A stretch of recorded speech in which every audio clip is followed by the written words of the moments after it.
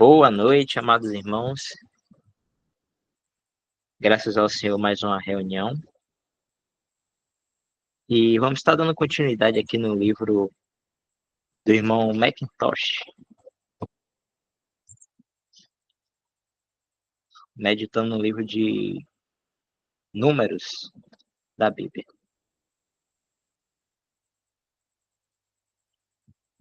Deixa eu ver, é o capítulo.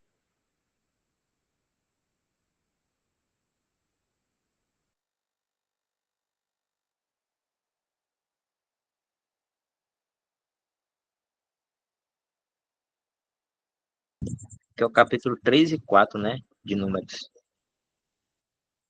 Vamos lá, eu vou estar lendo aqui. Tal era o terreno ocupado por Levi. E marque o comentário divino sobre isso, conforme dado em Malaquias. E sabereis que vos enviei este mandamento, para que a minha aliança fosse com Levi, diz o Senhor dos Exércitos. A minha aliança era com ele de vida e paz.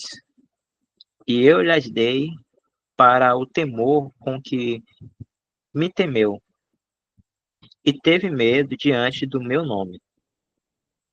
A lei da verdade estava na sua boca, e iniquidade não se achou nos seus lábios. Andou comigo em paz, equidade, e desviou a muitos da iniquidade. Malaquias 2, de 4 a 6.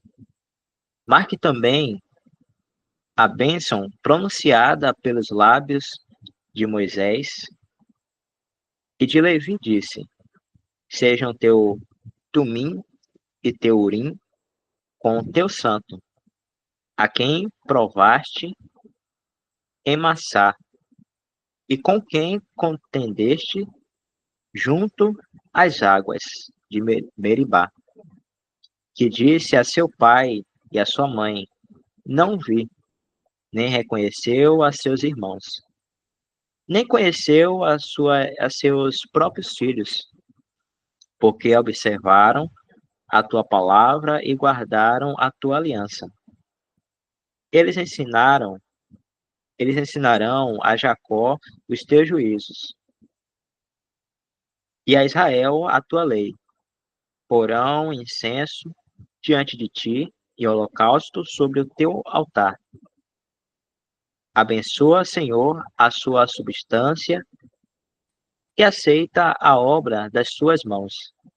Fere os lombos dos que se levantam contra ele e dos que odeiam, para que não se levantem mais. Deuteronômio 33, de 8 a 11.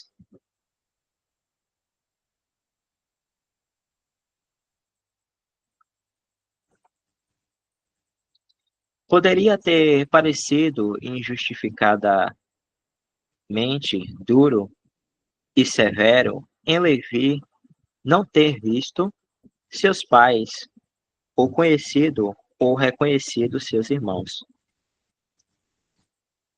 Mas as reivindicações de Deus são primordiais.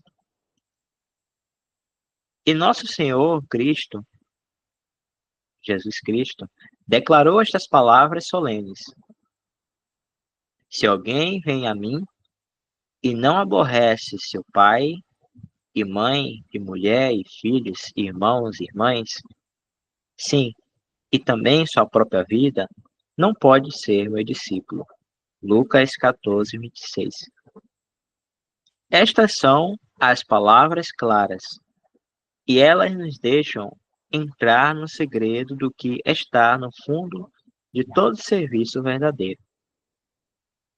Que ninguém imagine que devemos ser sem afeição natural, longe de tal pensamento. Se assim, seria nos conectar moralmente com a apostasia dos últimos dias. Veja Timóteo 3:3. Mas quando as reivindicações da afeição natural são permitidas a ficar no caminho do nosso serviço de todo o coração a Cristo, E quando o chamado amor de nossos irmãos recebe um lugar mais alto do que a fidelidade a Cristo, então somos inaptos para o serviço e dignos do nome de seus servos. Que seja cuidadosamente notado que o que formou a base moral do título de Levi para ser empregado no serviço do Senhor foi o fato de que ele não viu seus pais, não reconheceu seus irmãos ou não conheceu seus filhos.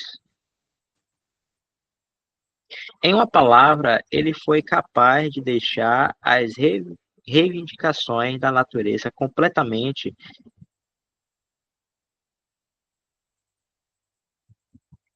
Cadê?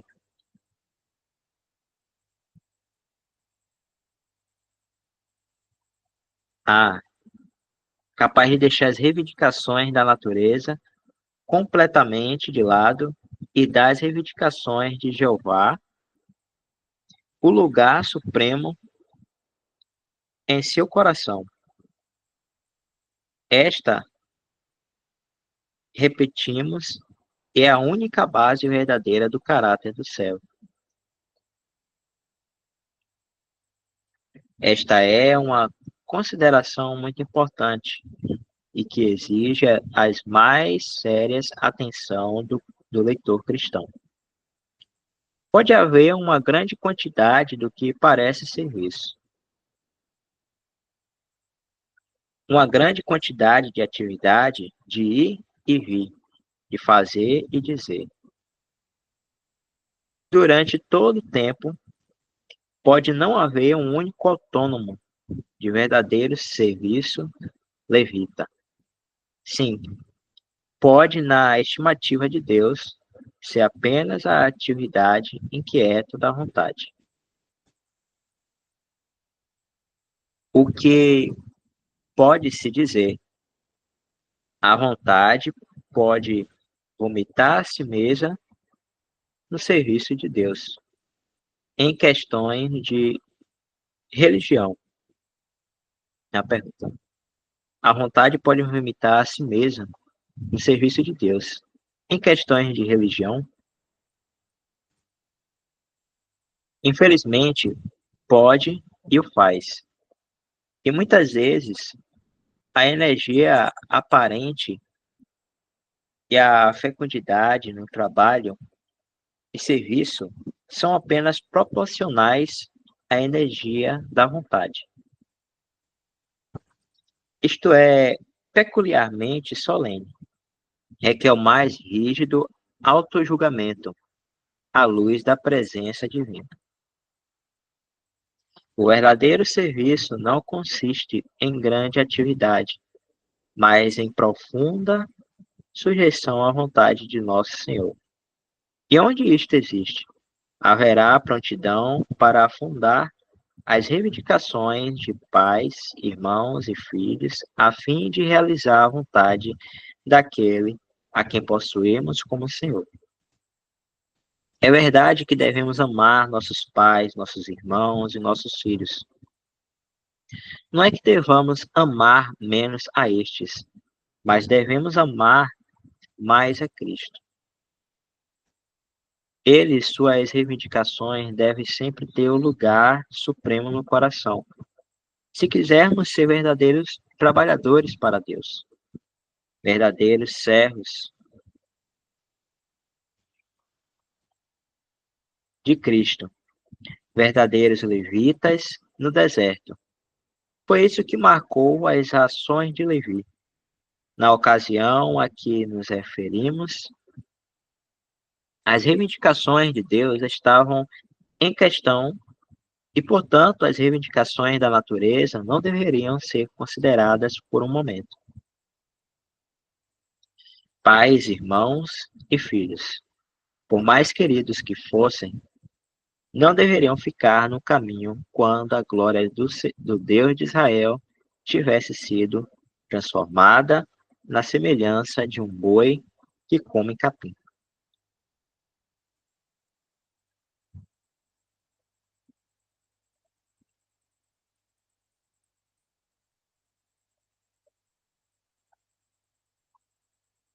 Aqui está toda a questão, em todo o seu peso e magnitude.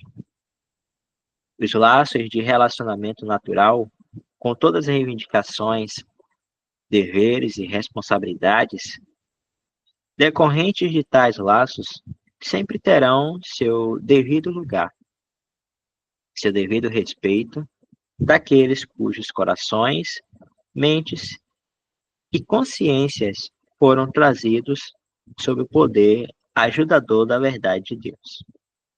Ajustador. Nada, exceto o que é realmente devido a Deus e seu Cristo, deve ser permitido infringir aqueles direitos que são fundados no relacionamento natural. Esta é uma consideração muito necessária e saudável, e uma que particularmente pressionaríamos o jovem leitor cristão. Temos que estar sempre em guarda contra um espírito de obstinação e autossatisfação que nunca é tão perigoso quanto quando se veste com o traje do serviço religioso e do trabalho assim chamado. Cabe a nós estarmos muito certos de que somos direta e simplesmente governados pelas reivindicações de Deus quando desconsideramos as reivindicações do relacionamento natural. No caso de Levi, o assunto era tão claro quanto um raio de sol. E, portanto, a espada do julgamento, não, não o beijo de afeição, convinha ao momento crítico. Assim também, em nossa história, há momentos em que seria deslealdade aberta ao nosso Senhor Jesus Cristo ouvir por um instante a voz do relacionamento natural.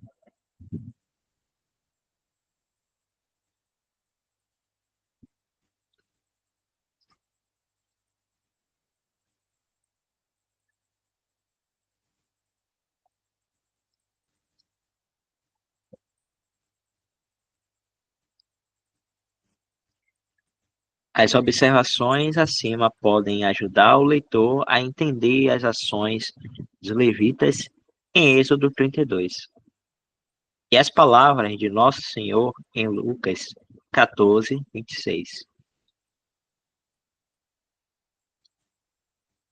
Que o Espírito de Deus os capacite a perceber e exibir o poder ajustador da verdade. Detenhamos-nos agora por alguns momentos na consagração dos levitas, em Números 8, para que possamos ter todo o assunto diante de nossas mentes. Verdadeiramente, é um tema cheio de instrução para todos os que desejam ser trabalhadores para Deus.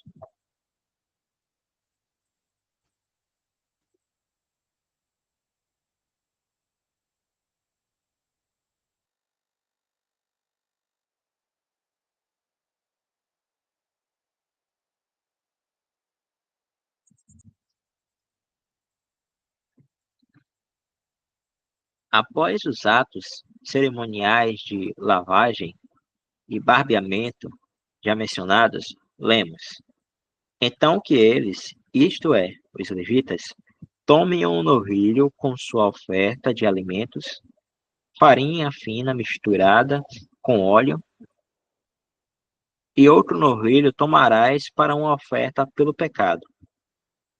E trarás os levitas diante do tabernáculo da congregação, e reunirás toda a congregação dos filhos de Israel. E trarás os levitas perante o Senhor, e os filhos de Israel porão suas mãos sobre os levitas.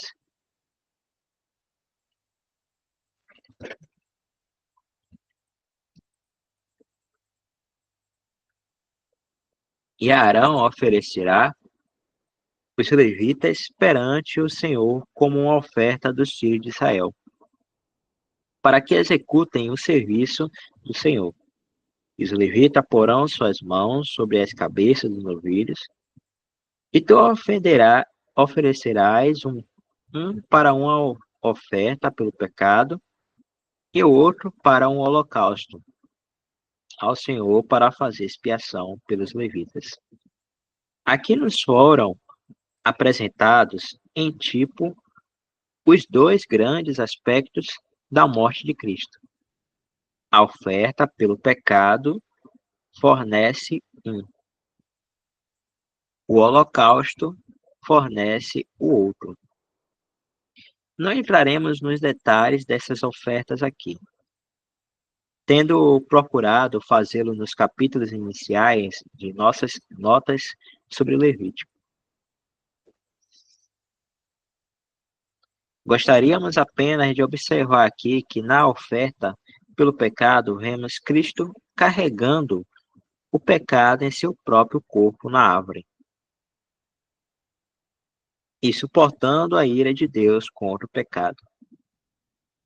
No holocausto, vemos Cristo glorificando a Deus, até mesmo na questão de fazer expiação pelo pecado. A expiação é feita em ambos, mas no primeiro é expiação de acordo com a profundidade da necessidade do pecado. No último, é expiação de acordo com a medida da devoção de Cristo a Deus. Nisso vemos a odiosidade do pecado. Nisto, a preciosidade de Cristo. É dificilmente precisamos dizer a mesma morte expiatória de Cristo, mas apresentada em dois aspectos distintos.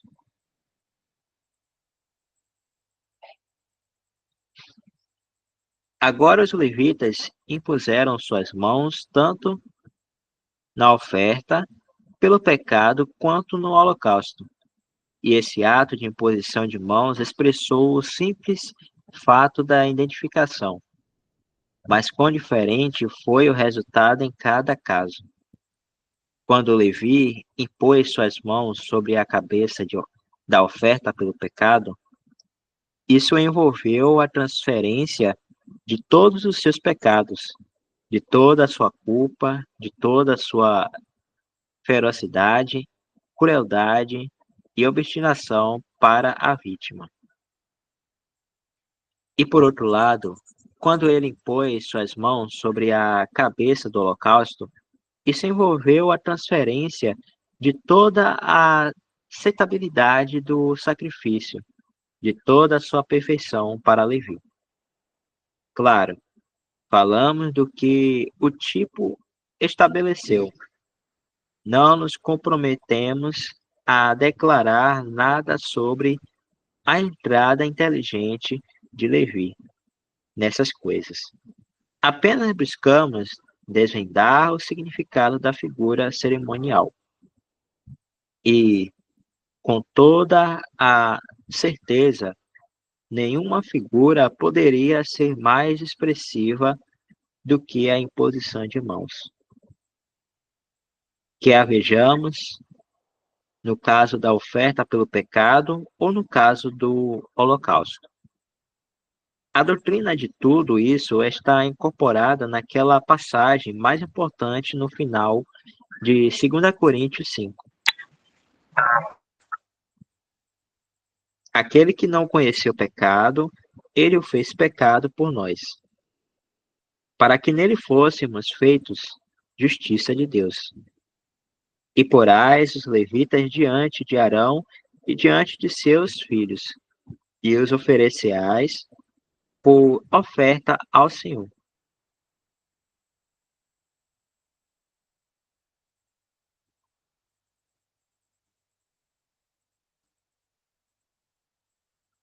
Assim separarás os levitas do meio dos filhos de Israel. e os levitas serão meus. E depois disso entrarão os levitas para fazer o serviço do tabernáculo da congregação. E tu os purificarás e os oferecerás por oferta, porque eles me são inteiramente dados dentre os filhos de Israel, em lugar de todo aquele que abre toda a madre. Sim, em lugar do primogênito de todos os filhos de Israel. Eu os tomei para mim.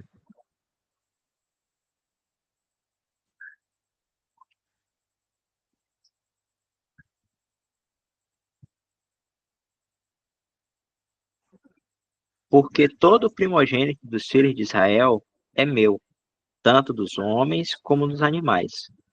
No dia em que ferir todo primogênito na terra do Egito, eu os santifiquei para mim, e tomei os levitas por todos os primogênitos dos filhos de Israel, e dei os levitas como um presente a Arão e a seus filhos dentre os filhos de Israel, para fazerem o serviço dos filhos de Israel na tenda da congregação, e para fazerem expiação pelos filhos de Israel, para que não haja praga entre os filhos de Israel. Quando os filhos de Israel se chegarem ao santuário. E Moisés e Arão e toda a congregação dos filhos de Israel fizeram aos levitas conforme tudo o que o Senhor ordenará a Moisés acerca dos levitas. Assim fizeram os filhos de Israel a eles. Números 8, de 13 a 20.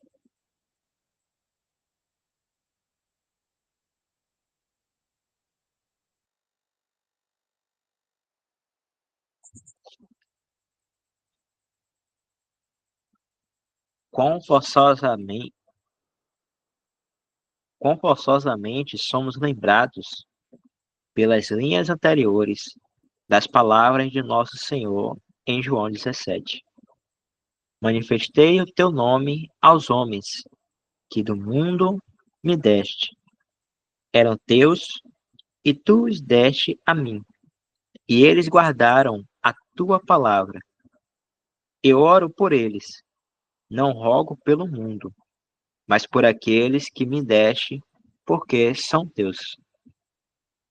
E todos os meus são teus, e os teus são meus, e eu sou glorificado neles. João 17, de 6 a 10. Os levitas eram um povo separado, possessão especial de Deus. Eles tomaram o lugar de todos os primogênitos em Israel, daqueles que foram salvos da espada do destruidor pelo sangue do Cordeiro. Eles eram tipicamente um povo morto e ressuscitado, separado para Deus, e por ele apresentado como um presente a Arão, o sumo sacerdote, para fazer o serviço do tabernáculo. Que lugar para o obstinado, feroz e cruel Levi! Que triunfo da graça! Que ilustração da eficácia do sangue da expiação e da água da purificação! Eles estavam, por natureza e por prática, longe de Deus, mas o sangue da expiação e a água da purificação e a navalha do auto-julgamento tinham feito sua obra abençoada. E, portanto, os levitas estavam em condições de serem apresentados como um presente a Arão e seus filhos, para serem associados a eles nos serviços sagrados, tabernáculo da congregação. Em tudo isso, os levitas eram um tipo marcante do povo de Deus. Agora, estes últimos foram levados das profundezas de sua degradação e ruína como pecadores. Eles são lavados no precioso sangue de Cristo, purificados pela aplicação da palavra e chamados ao exercício do auto-julgamento habitual e regido. Assim, eles são preparados para aquele serviço sagrado para o qual são chamados. Deus os deu a seu Filho para que eles possam ser seus trabalhadores neste mundo. Eram teus e tu os deste a mim. Pensamento maravilhoso. Pensar que alguém como nós poderia ser assim falado. Pensar em sermos propriedade de Deus e presente de Deus para seu Filho. Bem podemos dizer que isso ultrapassa todo pensamento humano. Não é meramente que somos salvos do inferno. Isso é verdade. Não é meramente que somos perdoados, justificados e aceitos. Tudo isso é verdade. Mas somos chamados à obra alta e santa de levar por este mundo o nome, o testemunho, a glória de nosso Senhor Jesus Cristo. Esta é a nossa obra como verdadeiros levitas. Como homens de guerra, somos chamados para lutar. Como sacerdotes, temos o privilégio de adorar, mas como levitas somos responsáveis por servir. E nosso Senhor e nosso serviço é levar por esta cena desértica e sombria o antítipo do tabernáculo. E esse tabernáculo era a figura de Cristo. Esta é nossa linha distinta de serviço. Para isto somos chamados. Para isto somos separados. O leitor, sem dúvida, notará com interesse o fato de que é neste livro de Números, e aqui somente, que somos providos de todos os detalhes preciosos e profundamente instrutivos a respeito dos levitas. Nisto temos uma nova ilustração do caráter do nosso livro. É de um ponto de vista do deserto que obtemos uma visão completa e adequada dos trabalhadores de Deus, bem como dos guerreiros de Deus. E agora vamos examinar por alguns momentos o serviço dos levitas, conforme detalhados em Números 3 e 4. E o Senhor falou a Moisés, dizendo: Traze a tribo de Levi para perto, e apresenta-os diante de Arão, sacerdote, para que o ministrem. E eles cumpriram a sua ordenança e a ordenança de toda a congregação diante do tabernáculo da congregação, para fazerem o serviço do tabernáculo. E eles cumpriram todos os instrumentos do tabernáculo da congregação e a ordenação dos filhos de Israel, para fazer o serviço do tabernáculo. E darás os levitas a Arão e a seus filhos, eles lhes são dados inteiramente dentre os filhos de Israel. Números 3, de 5 a 9. Os levitas representavam toda a congregação de Israel e agiam em seu nome. Isso aparece pelo fato de que os filhos de Israel impuseram suas mãos sobre as cabeças dos levitas.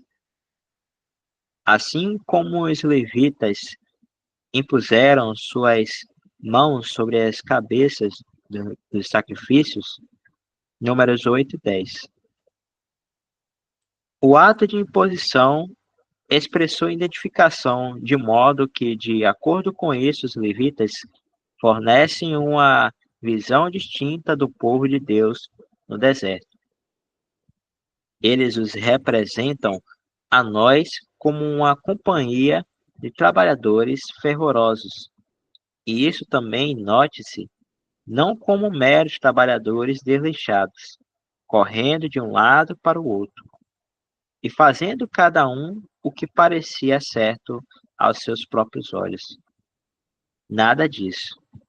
Se os homens de guerra tinham sua, sua linguagem para mostrar e seu padrão a aderir, os levitas também tinham seu centro para se reunir e seu trabalho a fazer. Tudo era tão claro, distinto e definido quanto Deus podia fazer. E além disso, tudo estava sob a autoridade e direção imediata do sumo sacerdote.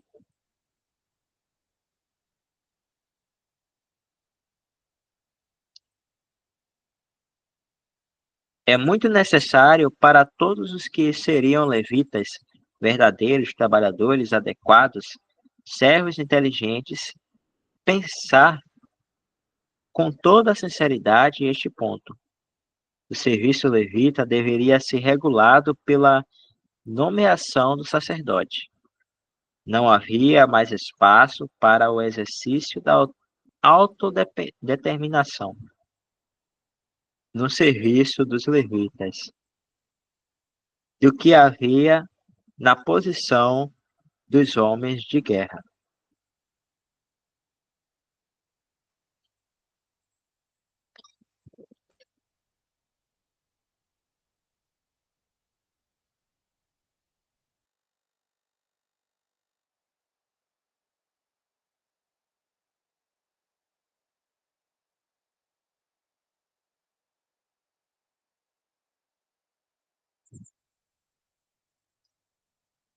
Tudo estava divinamente estabelecido. Isso era um sinal de misericórdia para todos cujos corações estavam em uma condição correta. Para alguém cuja vontade era inquebrável, poderia aparecer uma dificuldade e uma tarefa muito penosa se é obrigado a ocupar a mesma posição ou estar enganjado precisamente na mesma linha de trabalho. Tal pessoa poderia suspirar por algo novo, alguma variedade em seu trabalho, mas, ao contrário, onde a vontade fosse subjugada e o coração, meu caminho é perfeitamente claro, e só tenho que obedecer. Este é sempre o negócio do verdadeiro servo. Foi preeminentemente assim com aquele que foi o único servo perfeito que já pisou na terra. Ele poderia dizer: eu desci do céu não para fazer a minha vontade, mas a vontade daquele que me enviou. E novamente, a minha comida é fazer a vontade daquele que me enviou e realizar a sua obra. Mas há outro fato que reclama nossa atenção em referência aos levitas, e é que seu serviço tinha a ver exclusivamente com o tabernáculo e seus pertences. Eles não tinham mais nada para fazer. Para um levita, pensar em colocar a mão em qualquer outra coisa seria negar seu chamado, abandonar a sua obra divinamente designada a voar na cara dos mandamentos de Deus. Assim é o cristão agora. Seu negócio exclusivo, sua única grande obra, seu serviço absorvente é Cristo e seus pertences. Eles não têm mais nada a fazer. Para um cristão pensar em colocar a mão em qualquer coisa além disso, é negar seu chamado, abandonar sua obra divina designada e voar na cara dos mandamentos divinos. Um verdadeiro levita de antigamente poderia dizer: para mim, viver é o tabernáculo. E um verdadeiro cristão agora pode dizer: para mim, viver é Cristo.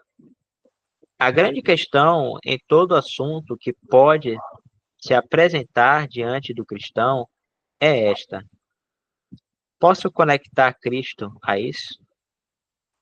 Se não, não tenho nada a fazer com isso.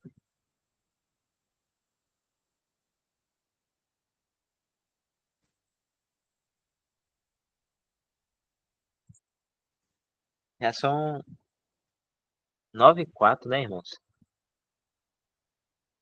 A gente poderá parar aqui e continuar na próxima reunião, se eu permitido.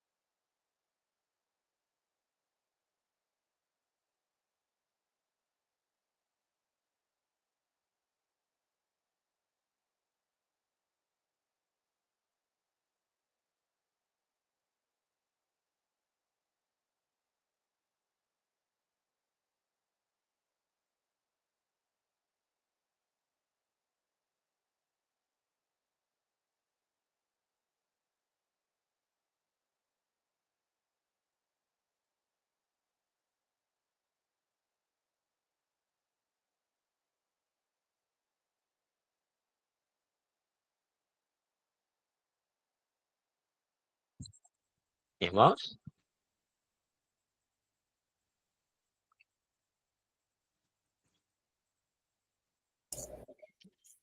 Jorge, Oi? tá ouvindo? Sim? Ok. Veja como é importante, apesar de não estarmos naquela circunstância do Antigo Testamento para cumprir determinados rituais, mas a organização meticulosa dos levitas nos lembra o quê? A importância colocada por Bruce Einstein, da ordem e decência das coisas e da colaboração, né, das comunidades que eles faziam na época. Ou seja, cada família levita naquela época tinha uma função específica e juntas elas compunham um sistema, vamos dizer assim, organizado, coeso, para que a coisa acontecesse, ou, vamos dizer assim, para que o culto a Deus acontecesse de uma forma ordenada e com decência. Aí, passando para os nossos dias, ou seja, nas circunstâncias de hoje, existiam, é claro, alguns problemas naquela época. E hoje, na nossa época, mais ainda. Por quê? Porque nós temos, como todos sabem, vários e vários talentos, né? Eu estou dizendo assim, pessoas que possuem dons abençoadas por Deus e que estão divididas em várias denominações, causando uma separação, quando na realidade poderiam estar todas dentro de uma organização meticulosa, como eram os levitas, né? De uma palavra só, para poder elevar o nome do Senhor. E, além disso, a forma de reverência com os levitas tratavam as coisas santas nos lembram também de que nós temos que ter uma atitude de respeito e adoração na nossa vida diária. O irmão pode abrir aí em João 7,17? É possível?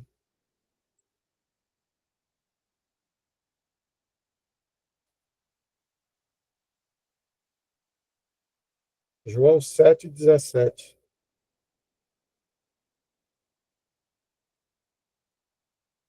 Não vou me alongar, não. 7:17. Se alguém quiser fazer a vontade dele, pela mesma doutrina, conhecerá se ela é de Deus ou se eu falo de mim mesmo.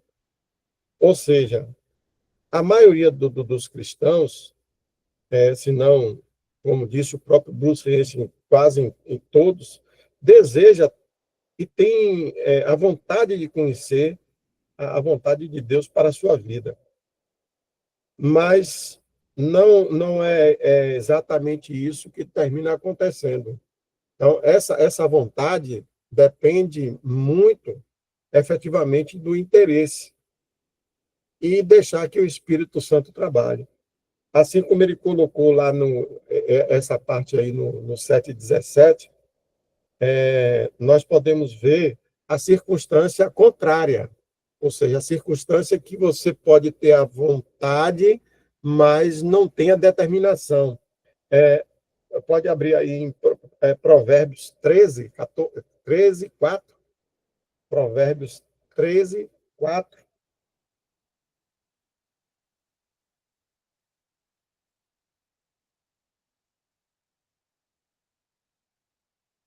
Pode subir mais um pouquinho? Aí. A alma do preguiçoso deseja, ó, tem uma vontade, e coisa nenhuma alcança, mas a alma dos diligentes se farta. Então, existem hoje duas situações que está no nosso mundo moderno. Aquela pessoa que está prevista lá em João 7:17, né, que tem a vontade de Deus e sabe fazer, e tem o dom que Deus dá para isso, e cumpre a doutrina, faz toda a parte hierárquica, faz toda a parte moral, e exerce uma vontade que o Senhor quer sobre o exercício dos seus dons para eles. E existem aqueles que, na realidade, têm o desejo, mas a alma tende a pender mais para a circunstância carnal, e aí torna-se um ser preguiçoso no exercício das coisas do Senhor.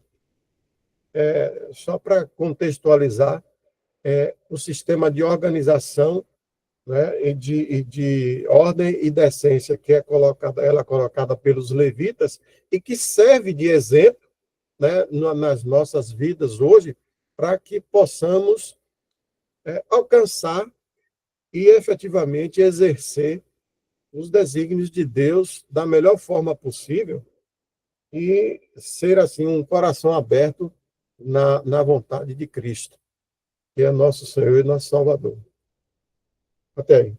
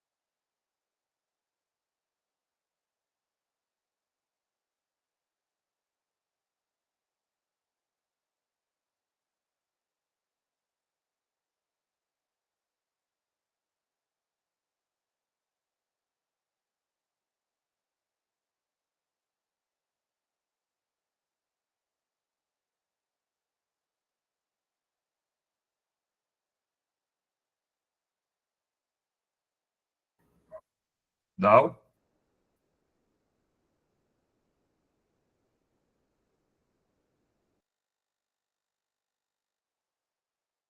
Opa, irmão. Tirar a gravação?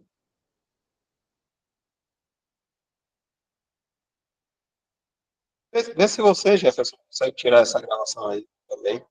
Eu acho que quem tiver ou é só quem Eu tem tô a na. conta, só Eu não tô na conta. Eu tô no particular, Dal. Ah, certo, peraí.